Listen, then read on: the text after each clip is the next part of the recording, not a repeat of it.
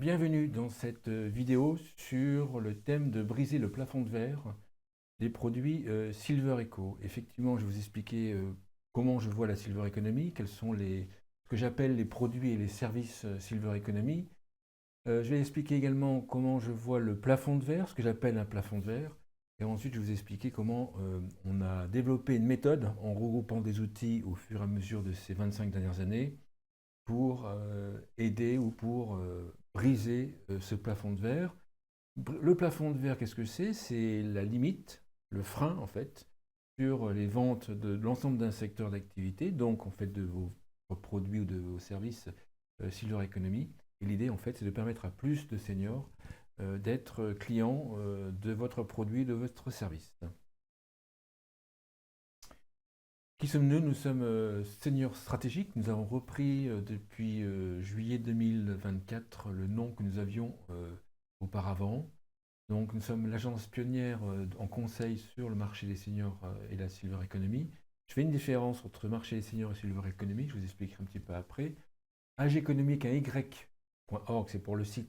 C'est un réseau d'affaires, un cercle d'affaires. Et on se réunit entre dirigeants d'entreprise sur le marché des seniors et à chaque fois on a un invité d'honneur. On a eu Bruno Vaquette, PDG de Sodexo, on a eu Gilles Schnepp, PDG de Danone, avant il était PDG de euh, Legrand. On a eu Benoît Jobert, le PDG ou le directeur général plus exactement de Optique 2000. On a eu Guillaume Richard, le PDG de Wicker. On a encore eu Anne-Sophie Grave, qui est la présidente du directoire de CDC Habitat. Donc pour nous rencontrer ou pour vous rejoindre, pour nous rejoindre, ageeconomy.org. Ageeconomy.com, c'est un portail d'analyse qui existe depuis très longtemps, même si le nom a changé. Vous pouvez vous abonner à la newsletter. Il y a une newsletter que vous pouvez recevoir chaque lundi avec de l'information, des analyses et les émissions, le grand entretien que j'enregistre. L'émission Le Grand Entretien, justement, l'émission Face à Face, pour la trouver, vous faites Frédéric Serrière dans YouTube et vous allez trouver les plus de 600, 700, je ne sais plus, émissions Le Grand Entretien. Je suis face à face avec une dirigeante ou un dirigeant sur le marché des seniors et la Silver Economy. Là, j'ai donné des exemples de marques avec lesquelles nous avons travaillé, soit en France, soit à l'étranger, parce que nous sommes nés en France. Maintenant, la tête de pont pour l'Europe est Berlin. Bien sûr, on est toujours présent à Grenoble. On couvre l'Europe par Berlin. En Espagne et en Portugal, on a des partenaires, en Suède également. Et après, on peut travailler sur d'autres pays du monde. On est même des associations dans un réseau au Canada, aux USA, au Brésil, et aussi en Australie ou en Nouvelle-Zélande. Bien évidemment, on a également accompagné des dizaines de startups et de PME, bien évidemment, et on va le voir un peu plus tard. Donc des exemples de missions de conseil que nous réalisons, du coaching, c'est-à-dire en fait l'idée c'est comme je suis on va dire, très intéressé par la psychologie, puisque c'est un de mes métiers également à côté du conseil en stratégie, certains m'ont demandé de les accompagner pour rendre cohérent leur projet par rapport à leurs objectifs et ce qui est important. On s'aperçoit effectivement qu'il y a une partie des projets de la Silver Economy qui sont développés avec des stratégies qui factuellement on va dire, rencontrent une demande ou c'est cohérent par rapport à la demande, mais c'est pas cohérent par rapport aux forces et aux faiblesses et aux valeurs, à ce que l'entrepreneur ou le porteur de projet veut sur la Silver Economy. On nous demande de faire la définition ou l'amélioration d'un positionnement entre un bénéfice et une demande ou un besoin ou une envie.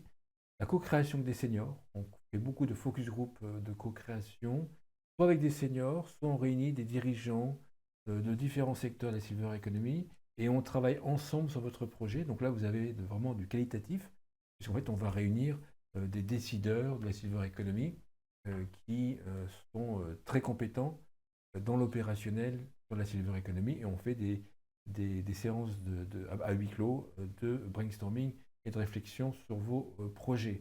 Ça permet également de débloquer vos projets, c'est très très puissant. La détection de blocage, de par mon éducation, puis aussi je pense à un autre de mes salariés consultants, on a été éduqué à voir les difficultés dans un projet. Ça a des inconvénients, mais ça a aussi des avantages et qu'on voit assez facilement qu'il y a à améliorer dans vos projets. On peut faire également la validation d'une stratégie.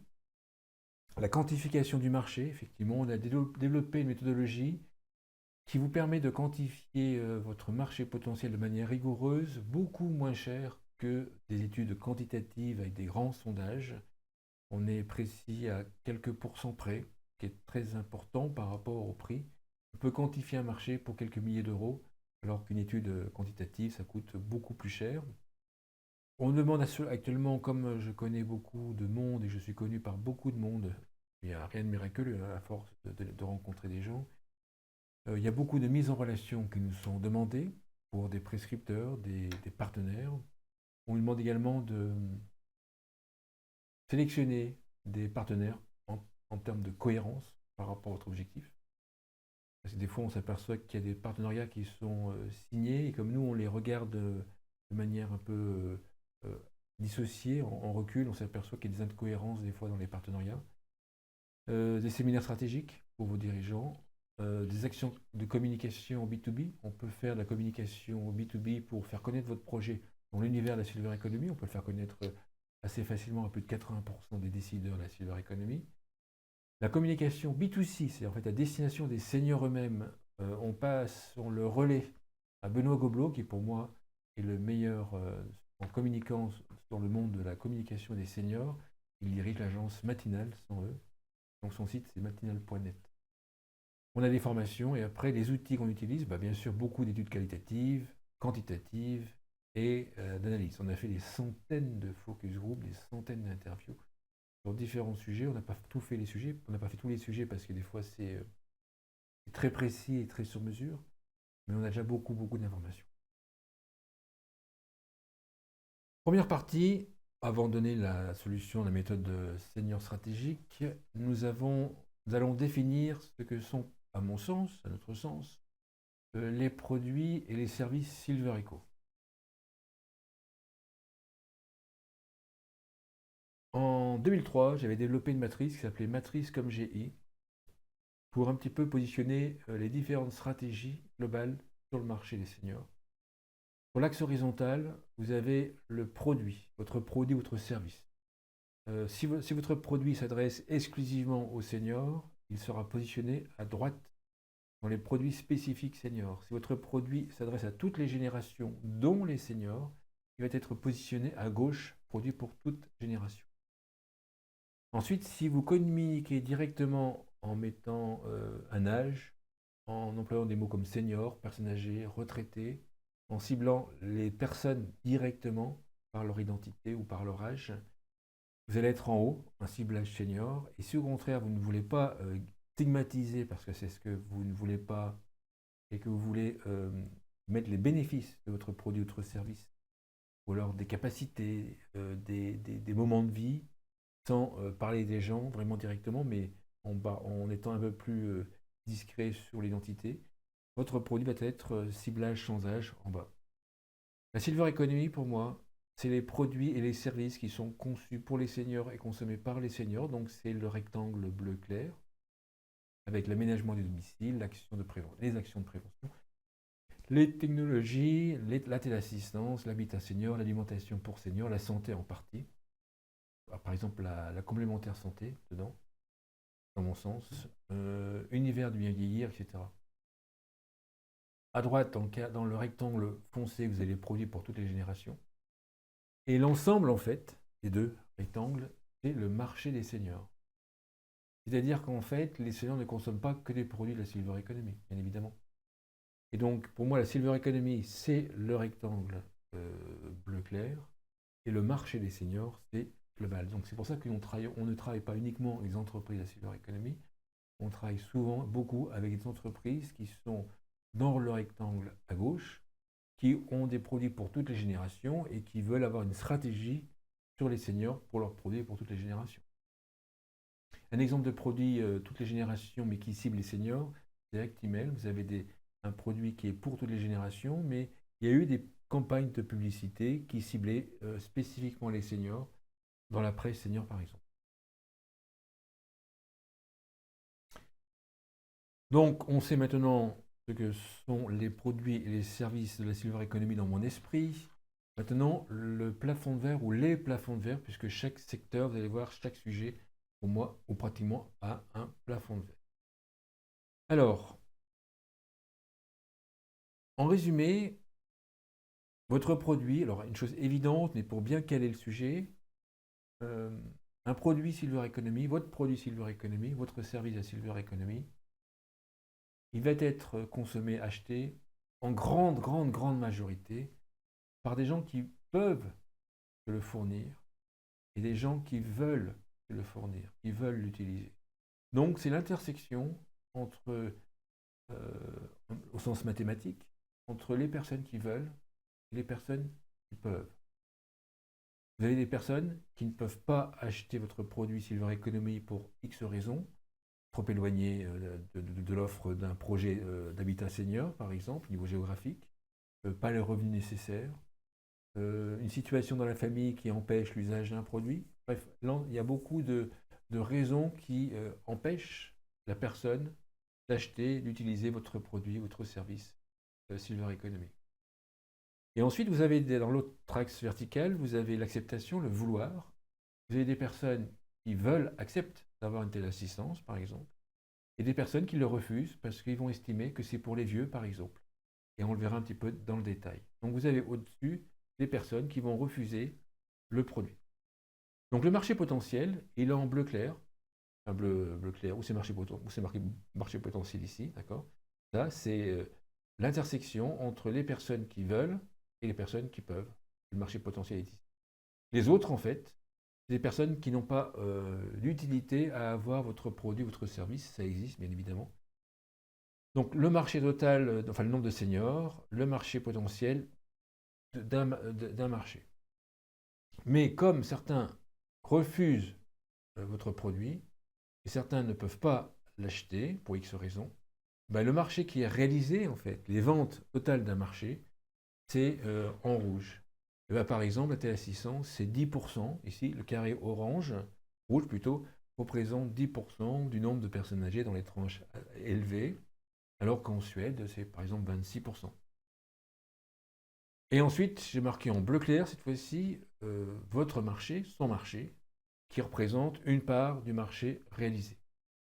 Donc, vous avez bien compris que le marché réalisé, il bloque, parce qu'il y a des gens d'un côté qui ne peuvent pas acheter votre produit, et il y a des personnes qui ne veulent pas l'acheter. Dans l'axe ne peuvent pas, c'est aussi toutes celles qui ne sont pas au courant que votre produit ou que votre type de produit existe. Par exemple, les care managers, le care management n'est pas forcément connu de la plupart des seniors. Donc le plafond de verre, c'est ici. Il y a un plafond de verre du côté du vouloir, et puis après, il y a un plafond de verre du côté de la possibilité.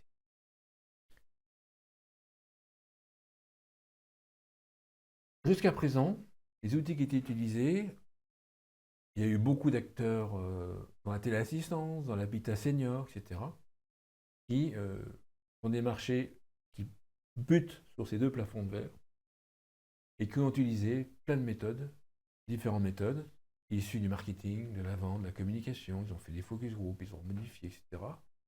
Certains ont employé à gauche les stratégies seniors en basant leur stratégie sur les âges. Par exemple, vous avez la carte senior.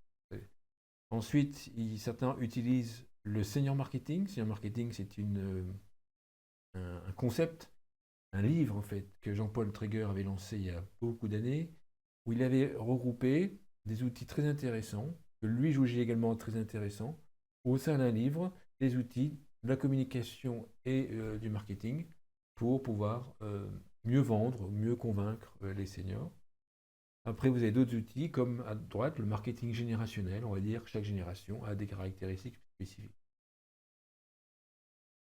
On s'aperçoit, c'est que l'usage de ces différentes stratégies, en tout cas les outils ou beaucoup d'outils de ces différentes stratégies, euh, leurs usages est essentiel, très important. Mais le problème, c'est que leurs usages ne permettent pas de briser le plafond de verre. Les outils dans le senior marketing, les outils dans le marketing générationnel ne permettent pas à une personne qui ne veut pas s'équiper de s'équiper et ne permettent pas à une personne qui ne peut pas s'équiper d'un produit Silver Eco de s'équiper d'un produit Silver Eco. Et donc c'est là qu'en fait, nous avons développé au fur et à mesure des outils, faisant beaucoup de focus group, beaucoup de missions de conseil, voir ce qui marchait, voir ce qui ne marchait pas. On a développé des outils, on a pris d'autres outils dans l'anthropologie, dans la sociologie, dans la psychologie sociale, par exemple, et cognitive, et on a regroupé des outils dans une méthodologie qu'on appelle senior stratégique. On a hésité entre l'appeler méthodologie ou l'appeler une approche.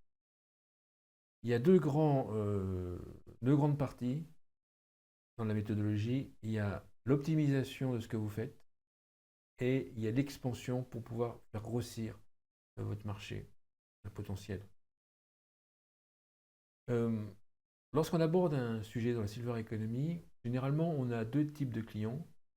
On a, en fait, le point commun des clients que nous on accepte, c'est qu'il faut que les porteurs de projets acceptent de se remettre en question et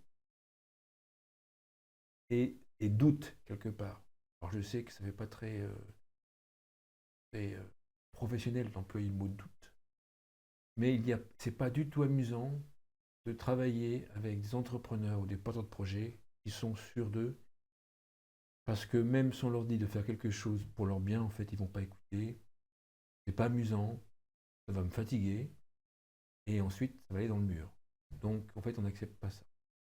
Donc, on accepte lorsqu'on sent que la personne doute. Donc, soit c'est au début d'un projet et que la personne a de l'expérience et qu'elle veuille se faire accompagner, soit c'est des projets qui ne fonctionnent pas et que les personnes appellent à l'aide, et c'est normal, il y a beaucoup de projets sur la silver economy qui ne fonctionnent pas. Ou alors c'est des entreprises qui veulent passer à un niveau supérieur. J'aime pas dire cette expression, mais en tout cas qui veulent développer leur vente, mais qui également ne savent pas faire il y a un doute. Bien évidemment, quand on arrive dans des projets, des fois, on voit des projets qui sont ni faits ni à faire, en fait. C'est évident. Mais il n'y a pas de jugement. C'est des projets dont on sait qu'ils ne fonctionneront pas, soit parce que le marché n'est pas là, soit parce que l'approche n'est pas la bonne. Quand un projet, quand un produit ou un service, la silver economy, a du potentiel, mais ne remplit pas son potentiel, on passe dans ces deux phases. Il faut les prendre séparément si on veut d'ailleurs. Une phase d'optimisation et une phase d'expansion. On va commencer par l'optimisation. Alors l'optimisation, c'est ça. Donc vous avez à droite, on retrouve mes différents carrés. On a fait une extraction pour la mettre à gauche. Donc vous avez par exemple à téléassistance 10% des seniors qui sont équipés, donc c'est le carré rouge. En, en résidence service senior, le marché est à peu près à 5%, un peu moins, d'après moi, d'après le calcul. Donc ça représente le carré rouge. C'est des gens qui acceptent. C'est l'intersection entre ceux qui acceptent et ceux qui veulent venir en résidence service. Votre marché, il est en bleu foncé, ici. Et donc l'idée, dans un premier temps, c'est d'améliorer ce que vous faites, avec la flèche ici, pour prendre des parts de marché à vos concurrents. Et il y a beaucoup de marge de manœuvre.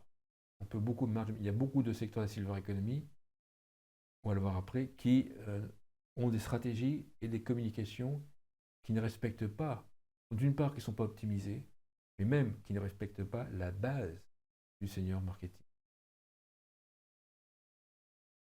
Donc il y en a des outils de stratégie de marketing, on a des outils de positionnement, on passe au crible ce que vous faites par rapport au senior marketing, par rapport aux fondamentaux de son secteur d'activité, de votre secteur d'activité, parce que comme on a travaillé dans beaucoup de secteurs d'activité en 25 ans, on a une bonne vision, même si ce n'est pas exhaustif, des facteurs clés de succès des différents produits.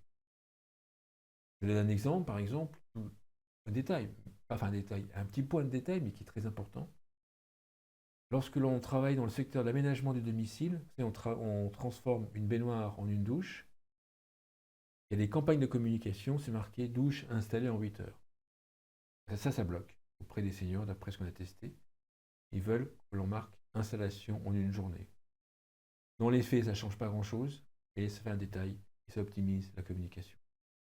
on fait la formation des vendeurs et des ventes. Donc ça, on passe, on audite quelque part, on analyse ce que vous faites par rapport à ces différents outils. Autre outil qu'on a développé, ça c'est issu de la psychologie sociale, pour persuader plus de personnes avec éthique. On a développé, on a listé les outils de la psychologie sociale et comportementale pour améliorer vos campagnes de communication. Et donc en fait là, on a plus de 50 critères. Là, je vous en ai donné quelques-uns. Et je vais parler des trois qui sont encadrés en orange, pour que vous compreniez bien la puissance du truc. Interne, externe. Chacun d'entre nous se sépare en deux sur ce critère en question. Alors, c'est 50% plus ou moins quelque chose, hein. Certains sont internes, certains sont externes. Externes, c'est ceux qui prennent leurs décisions par rapport aux autres, ceux qui sont en forte compétition avec les autres, par exemple. Et internes, c'est ceux qui prennent leurs décisions par rapport à eux-mêmes. Je vais prendre un exemple. Régulièrement, je vais à des cours de CrossFit. Cours de CrossFit, pour ceux qui ne connaissent pas, c'est pendant 1 heure. On est une dizaine de personnes. Et on va faire un challenge. On prépare un challenge qu'on va devoir faire, qui généralement est réalisé seul. On fait son propre challenge, mais entouré des autres. Dans la plupart des cas, c'est ça. Une personne qui est externe va comparer sa performance dans le challenge par rapport aux autres et va regarder à droite à gauche pour savoir où on est le petit copain. Quelqu'un qui est interne comme moi ne va même pas mesurer vraiment sa performance par rapport à d'autres, pas intéressant, et par contre va comparer sa prestation, son chrono par exemple, par rapport au chrono que j'ai fait la semaine dernière ou le mois précédent. Donc ça, c'est interne-externe. La manière de convaincre une personne interne est différente de la manière de convaincre une personne externe. Par exemple, une personne externe, il faut des témoignages. Si vous ne mettez pas de témoignages, ou de figure d'autorité par exemple, vous aurez du mal à convaincre une personne externe. Ce qui va se passer, c'est que celui qui va concevoir votre message publicitaire, s'il ne fait pas attention et s'il n'est pas formé à tout ça, ou s'il ne prend pas suffisamment de recul sur lui-même ou sur elle-même, va vous faire une campagne de communication qui correspond à son profil. En imaginons que ce soit moi qui fasse votre campagne de communication sans comprendre qu'à externe externe, et bien en fait, votre campagne de communication va fonctionner que sur 50% des gens. Et donc déjà, vous avez 100%, 50% qui sera perdu parce que je ne suis pas externe. Autre critère, vous avez ceux qui sont rapprochement et ceux qui sont en évitement. Là, pareil, c'est 50-50. Il y a plus de personnes en rapprochement, mais ça dépend des pays. Le rapprochement, c'est quelqu'un qui va vous dire, je vais en vacances pour rencontrer des gens, pour voyager, pour visiter, pour apprendre. Lui qui est en évitement, c'est la personne qui va vous dire, je vais en vacances pour déstresser, parce que l'année a été difficile. C'est pas positif ou négatif, mais en tout cas, c'est comme ça. Il y en a un qui va vers les choses, l'autre qui va fuir les événements. Certains vont s'équiper en produits Silver Economy, en préventif, pour pouvoir maintenir leur santé ou maintenir les chances de rester à domicile. D'autres vont s'équiper en évitement d'un produit Silver Economy pour éviter une chute, pour éviter un incident, pour éviter qu'un incident ne se reproduise. Donc il y a les deux qui se séparent en deux. Là pareil, si celui qui vous fait la communication, elle est ciblée pour ceux qui sont en rapprochement, on en perd 50% déjà. Donc vous imaginez que quelqu'un qui est... Imaginez que là on peut faire très facilement, on en perd 50% avec le premier critère, et on en perd encore 50% avec le deuxième critère. Donc vous avez là, pas 100 personnes qui seront convaincues, vous n'en avez plus que 25. Et ensuite c'est pire avec le tri information. Il y a 5 façons de raconter ses vacances, ou un sujet, de parler d'un sujet, parler d'un thème, etc. Pour les vacances, on peut raconter ce que l'on a fait, avec qui on l'a fait, où on l'a fait, ce que l'on a appris pendant les vacances, et combien ça a coûté. Vous savez, il y a des gens qui vous appellent et vous disent t'es où? Avant, ces personnes-là sont dans le lieu. L'être humain n'est pas capable de gérer les 5 critères, donc en fait pour simplifier, on a inconsciemment sélectionner 3 des 5. Alors moi, je suis activité, personne, lieu. Et en fait, par contre, vous avez compris que ceux qui sont dans la formation vont plus visiter des musées. Et moi, je ne vais pas vous expliquer combien a coûté le deal que j'ai fait avec l'hôtel. J'ai eu un bon deal, j'y suis resté plus longtemps. Ça me fatigue, ça me fatigue. Donc vous avez bien compris qu'il y a 5 puissance 5 possibilités. Donc ça fait énormément de possibilités. Et que si on fait une campagne de communication, par exemple pour me cibler, qui ne parle pas d'activité, où il n'y a pas une photo, par exemple, il montre un mouvement, où on ne montre pas de mannequin, où on ne montre pas de lieu, ou alors où on montre des mannequins mais sans lieu, vous me perdez. Et on en perd beaucoup. Vous avez compris qu'en fait, là, on peut perdre 90% des cas. Donc en fait, on en est à 25, 25, et en prenant sans faire attention à ça, pouf, on va être à 2% de 25, 2-3% de 25. Donc en fait, il ne reste plus rien. Et ainsi de suite. L'autre, c'est orientation du temps. Il y en a qui sont orientés vers le futur, d'autres pas le passé. Ben, ceux qui sont en action de prévention dans la Silver Economy, ceux qui participent à des actions de prévention, ceux qui vont s'équiper d'une téléassistance en prévention, ont une orientation du temps qui est spécifique, qui est tournée vers le futur. Vous avez compris qu'avec ces outils-là, sans les prendre en compte, si on fait ça un petit peu tel qu'on le sent, on réduit tout. Si on prend des seniors et qu'on leur demande leur avis dans un trop petit nombre, on comprend pas, on n'aura pas une vision globale et on va perdre l'ensemble des éléments. Donc en fait, nous, on va regarder votre communication pour voir si elle remplit tous les éléments importants issus de ces différents critères issus de la psychologie sociale. Vous avez bien compris, on passe de 100 à même pas 2% si on n'y fait pas attention. Et vous imaginez qu'il y a 50 critères, donc à la fin, on en est à 0,2 ou 0,1%. Donc ça, c'était pour la partie optimisation. Maintenant, la partie expansion. La partie expansion, c'est briser le plafond de verre. Alors, vous avez retrouvé ici, il y a le marché d'un secteur d'activité. D'un secteur d'activité.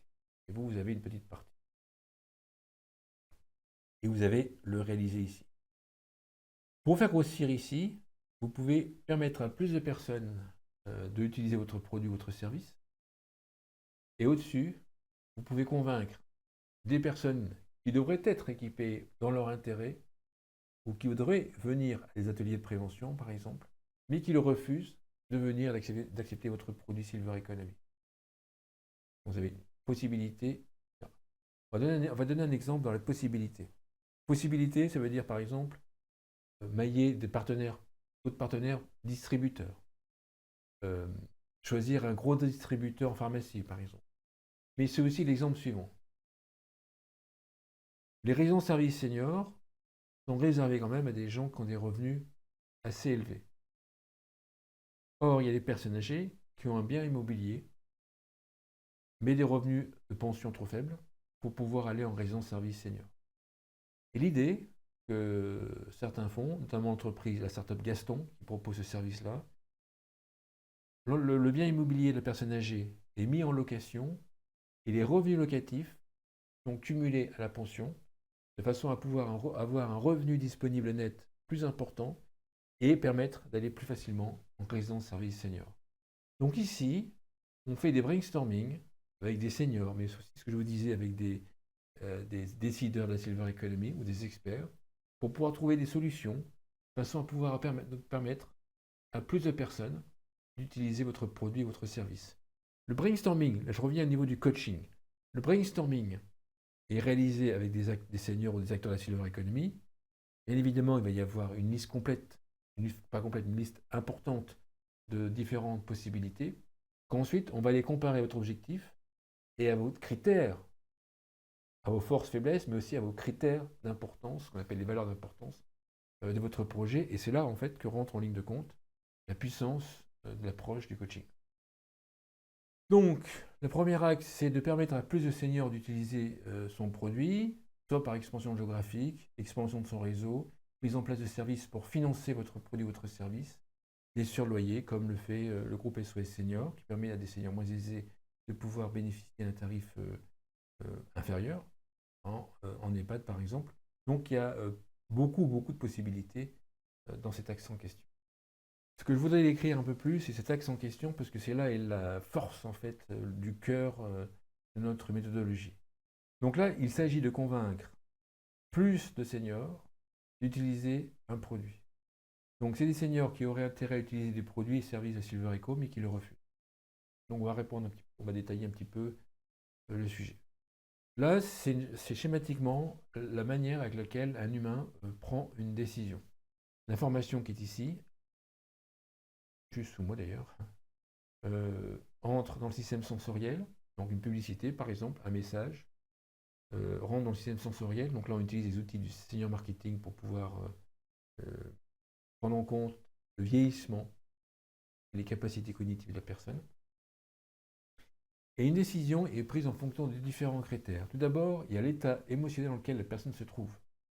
Si on est en forme ou pas en forme, si on est heureux ou pas heureux, on aura une décision différente pour la même proposition. Ensuite, si je propose une téléassistance, par exemple, la référence que j'ai de la téléassistance est en fait la première image qui me vient dans mon cerveau est très importante. Si je vous dis pensez une voiture, vous allez penser une voiture. Un éléphant bleu, un éléphant bleu. Un éléphant bleu qu'un bikini rose, vous allez penser un éléphant bleu qu'un bikini rose. Si je vous dis vacances, peut-être que vous pensez à vos différentes vacances ou vacances futures. Si je vous dis amis, conjoint, compagnon, famille, à chaque fois, chaque mot, il y a une image, une référence qui se crée dans le cerveau. Et cette référence derrière, en fonction si elle est positive ou négative, si vous la jugez positive ou négative de manière inconsciente, ça déclenche une émotion qui est positive ou négative. Donc positive, c'est l'amour, la joie, et négative, ça peut être la honte, la peur, la colère, pour peu qu'on estime que ces émotions, bien sûr, sont négatives. Si l'émotion proposée, si la référence déclenchée déclenche la peur, il peut y avoir blocage de la personne pour prendre une décision et lâcher votre produit en question. Donc, dans la méthodologie, et généralement dans les focus group, avec une approche psychologique spécifique, on détecte la référence qui est généralement déclenchée par chacun de votre produit. Ce à quoi pense votre produit, la personne de votre produit. Une fois qu'on sait ça, on sait si cette référence permet à la personne d'acheter votre produit de manière volontaire ou au contraire si cette référence va bloquer. Si lorsque je propose une téléassistance, l'image qui vient dans l'esprit, c'est une personne âgée qui fait pipi par terre, par exemple, qui est dépendante, là, il y a la peur qui va être bloquée. On va dire, voilà, en plus, je vais venir après, valeurs et croyances, c'est pour les personnes âgées, donc c'est pas pour moi. Je refuse la téléassistance. Ça marche comme ça, en fait, une décision. Et c'est ça, quand on dit une décision émotionnelle et après elle est rationalisée, c'est parce qu'en fait, on vous propose quelque chose, vous en faites une série d'images qui déclenchent des émotions, et les émotions déclenchent en fait des actions de refus ou d'acceptation ou de brouillard. Des fois, les images sont un petit peu embrouillées. En tout cas, c'est d'abord émotionnel et ensuite, ça va être rationalisé. La décision par rapport à la proposition de votre produit ou votre service dépend aussi des valeurs et des croyances. Il y a des personnes qui ont la valeur de la force. Ça représente à peu près 15-18% des gens. Et en fait, ces personnes qui sont fortes, on en reconnaît tous. C'est par exemple un Alain Delon. Alain Delon est quelqu'un qui a cette valeur de force. Et cette valeur de force, en fait, à ces personnes-là, 15-18% des personnes, cette valeur de force, elle est liée, elle est expliquée par une croyance qui dit quand on a compris, que la personne a compris quand elle est petite, que je suis aimé si je suis fort. Ce n'est pas forcément ce que les parents lui ont enseigné, en tout cas c'est ce que l'enfant a compris. Ça c'est inconscient. Les gens ne sont pas conscients, sauf si on fait du développement personnel, ne sont pas conscients de leur valeur, ni de la croyance qui est en dessous. Lorsque vous proposez une téléassistance à quelqu'un qui a la croyance, qui a la valeur de la force, et la croyance en dessous qui est force, téléassistance égale faiblesse, et si je suis aimé que si je suis fort, il y a un refus de téléassistance. Mais vous avez aussi les personnes qui sont reconnaissance sociale, reconnaissance extérieure, regard extérieur et reconnaissance sociale au niveau de la valeur. Et qui pensent qu'en fait, qu'on est reconnu socialement, qu'on est aimé, que si on est reconnu socialement, Donc ça a été des seniors qui ont eu généralement, bon, ils ont appris sur leur belle voiture, le beau couple, la réussite, la belle maison, le bel appartement, etc. Ces personnes-là, en fait, c'est très difficile pour elles, parce qu'en fait, elles pensent inconsciemment qu'on va plus les apprécier s'il n'y a pas la reconnaissance sociale. Et la téléassistance va à l'encontre de ça. Ça dégrade l'identité, comme on va le voir après. Donc, dans la méthode, on va cartographier des typologies de seniors, c'est les différentes couleurs, les différentes typologies de seniors qu'on va voir après, que j'appelle les profils identités. On va détecter les références qu'elles se font, euh, les croyances, les croyances positives qui vont accélérer l'achat d'un produit et les croyances négatives qui vont freiner et créer des objections. Et ensuite, on va pouvoir travailler sur les objections. C'est en fait, une fois qu'on sait la raison des objections, on peut travailler beaucoup plus finement. Et en fait, on ne fait pas des focus group. La méthode va beaucoup plus loin qu'un focus group classique. On ne fait pas des focus group sur bah, je refuse, j'accepte, oui, non, etc. Même le pourquoi. On va beaucoup plus loin. On va expliquer de manière ce qui se passe au niveau psychologique pour que la personne accepte ou refuse un produit. Bien sûr, éthique. Ensuite, bien sûr, c'est en fonction de ses besoins, de ses envies, bien sûr, la personne, son système de pensée, et ensuite l'identité. C'est-à-dire, en fait, j'en parle après, mais l'identité, c'est la réponse à qui suis-je. Donc, c'est un sentiment de qui je suis.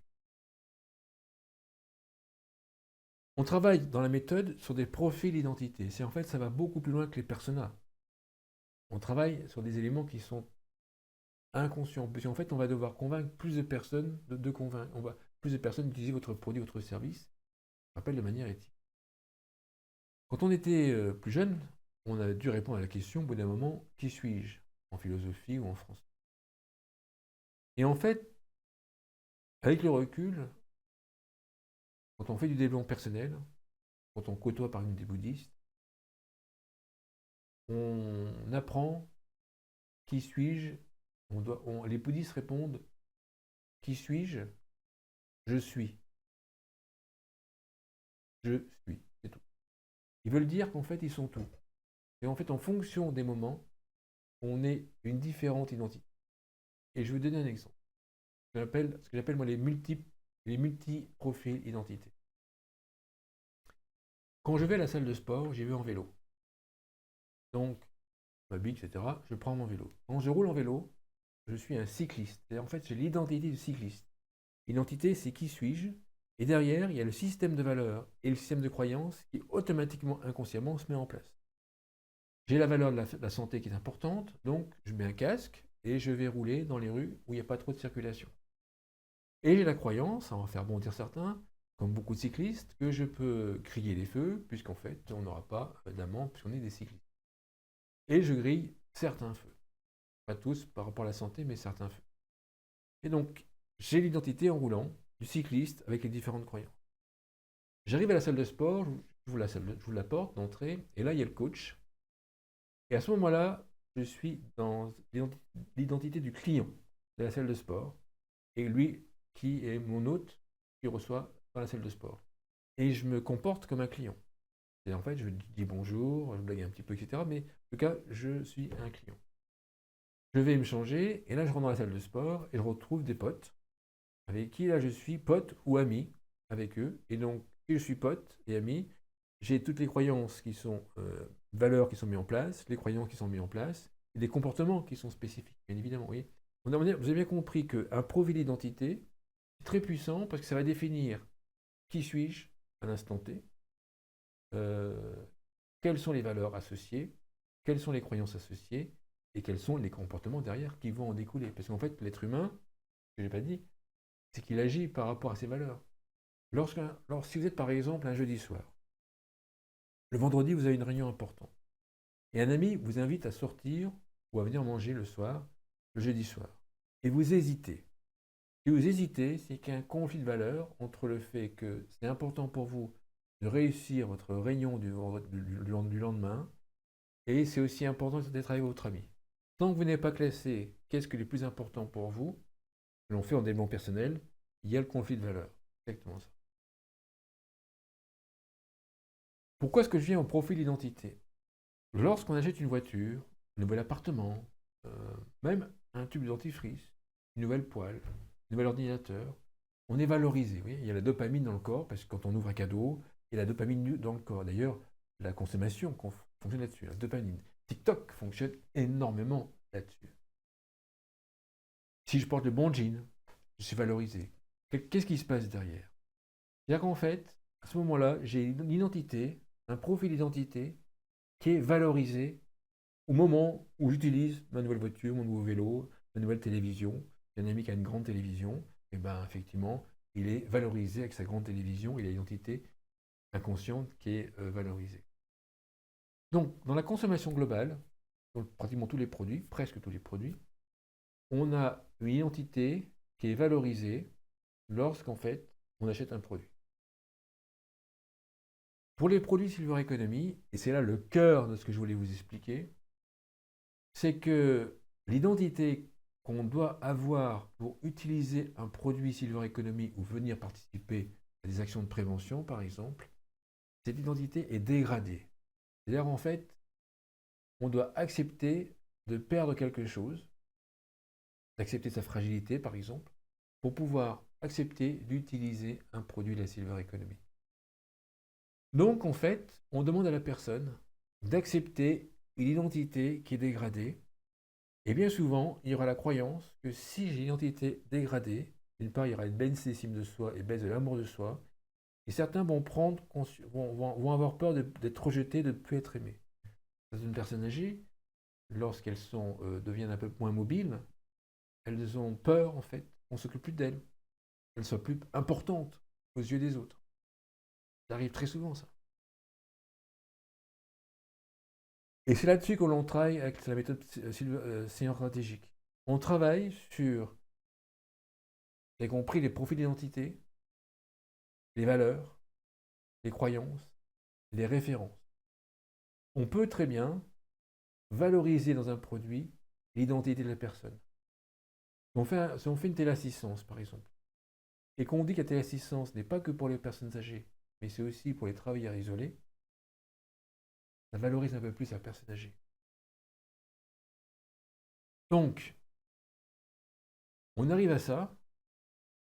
Dans la plupart des produits de la Silver Economy, il y a des exceptions bien évidemment, vous avez des gens qui ont un profil d'identité d'achat préventif, qui vont acheter un produit en amont, un profil d'achat en réactif, les personnes qui vont acheter un produit à Silver Economy en retour de spécialisation, lorsqu'elles ont chuté, lorsqu'elles ont une grande frayeur, après d'autres profils. Et on va y ajouter d'autres profils au-dessus, des personnes qui ont, par exemple, une valeur assez neutre en fait, d'altruisme, par exemple, ou de connaissance, pour lequel on va lancer une communication qui va briser une croyance. On peut avoir une valeur qui est assez neutre par rapport à l'usage d'un produit Silver Economy, comme par exemple la connaissance. Certains valorisent fortement la connaissance, par exemple, mais peuvent avoir une croyance comme quoi la téléassistance, c'est pour les vieux.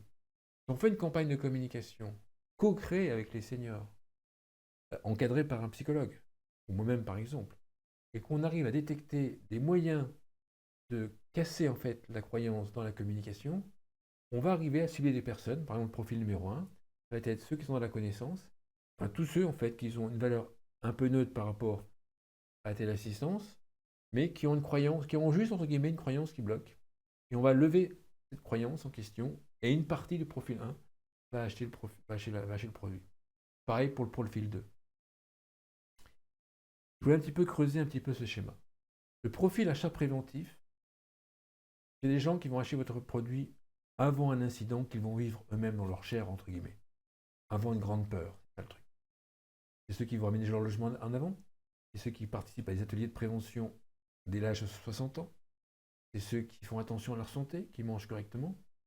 C'est ceux qui vont aller en résidence service senior avant que ce soit trop tard, que leur logement soit actuel, avant qu'ils soient trop âgés. Bref. Ces gens-là, en fait, ont un profil particulier d'identité, de valeur, de croyance qui est spécifique. Et ça ne suffit pas. Il faut également en plus un déclencheur. Le déclencheur, c'est une peur. Le déclencheur, ça peut être une amie qui est tombée, une amie qui est décédée, qui n'avait pas la téléassistance par exemple. Donc il y a un profil psychologique plus un déclencheur. Le profil réactif, bien évidemment, c'est pas ça. C'est pratiquement tous les profils. Je reviens de hospitalisation, je prends une auxiliaire de vie, je fais aménager mon logement, par exemple, parce que je le dois ou parce que c'est obligatoire. Donc ça, c'est réactif. Une fois qu'on a fait des focus group encadrés par les psychologues ou par moi-même sur les différents profils et qu'on a creusé en fait ces différents éléments, on va savoir comment on communique dans chacun des profils. Et là, effectivement, il y a une analyse à faire parce que c'est assez difficile. La manière de convaincre un profil acheteur préventif est différente des achats réactifs. Donc si vous ne faites pas attention et vous lancez une communication, par exemple, qui explique trop directement, euh, par exemple, pour l'aménagement de la salle de bain, dans vos communications, vous expliquez le nombre de morts qu'il y a en accident domestique, en chute à domicile, enfin, ce que la personne vit. Vous allez acquérir plutôt des profils d'achats réactifs, mais vous allez faire fuir les achats préventifs. Les achats préventifs, en fait, il y a des méthodes pour le faire, mais par exemple, il faut suggérer, bon ça c'est juste l'introduction, mais il faut suggérer la situation. Et on peut très bien, sans faire pas attention, cibler que le profil préventif ou que le profil réactif. Et en fait, l'idée, c'est de pouvoir faire une communication qui cible les différents profils. Sauf bien sûr si on met une communication en retour de spécialisation, par exemple, là, la communication va cibler les profils réactifs, bien évidemment, avec un discours de profil réactif. Mais si on fait une campagne de communication à la télévision ou sur son site internet, il va falloir cibler l'ensemble. Il va falloir même rajouter la manière de convaincre les profils numéro 1, profil plus 1 et les profils plus 2. Et faire une campagne de communication qui va convaincre tout le monde. Donc vous voyez bien qu'en fait, si on emploie tous ces différents outils, on augmente fortement son marché potentiel et on augmente fortement ses ventes. Ça demande par contre de la finesse. Il y a des fois, ça nous a demandé plusieurs semaines d'analyse pour trouver en fait la clé sur le message de communication, sur les valeurs qu'il fallait mettre, même sur les photos qu'il faut mettre ou les vidéos qu'il faut mettre sur les publicités. Il faut valider les photos en focus group auprès de seniors. Point que je n'ai pas abordé. Si on vous propose de tester votre produit ou votre service avec un budget très réduit, ou voire même des fois c'est même gratuitement, sur des personnes prises au hasard, sur un stand, dans la rue, ou que sais-je, qu'est-ce que vous allez avoir? Moi je vous dis qu'il y a des profils différents.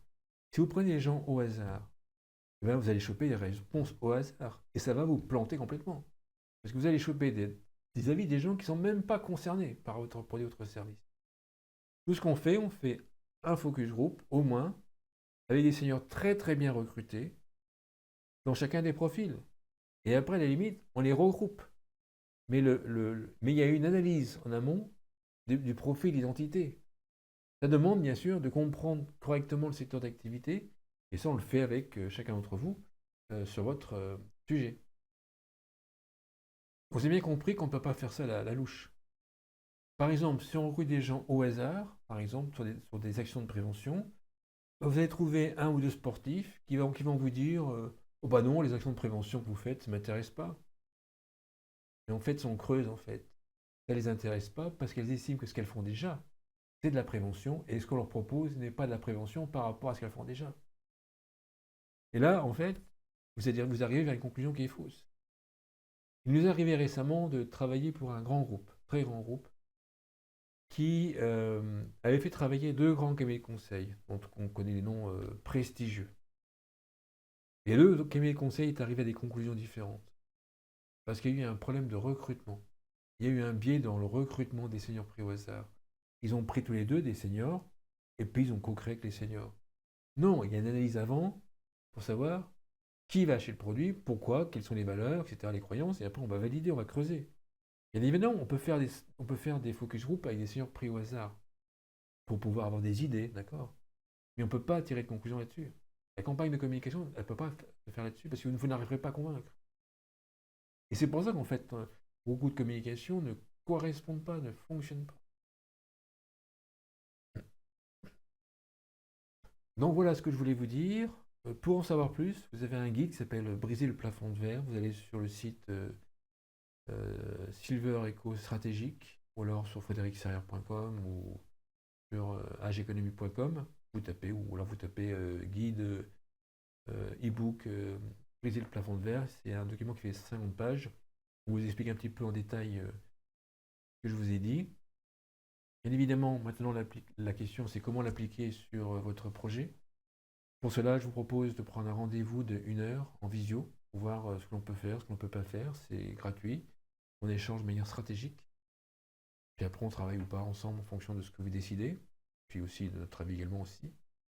Donc voilà ce que je voulais vous dire. Vous avez bien compris qu'il y a beaucoup de connaissances sur les seniors, beaucoup de connaissances d'outils marketing et puis beaucoup de connaissances en psychologie sociale ou en sociologie. Je voulais vous remercier d'avoir assisté à cette vidéo jusqu'à la fin. Merci beaucoup. Puis vous pouvez m'appeler, me contacter à fserrière@frédéricserrière. Faites-le maintenant si vous le souhaitez que l'on vous en échange avec vous sur votre projet. Merci beaucoup.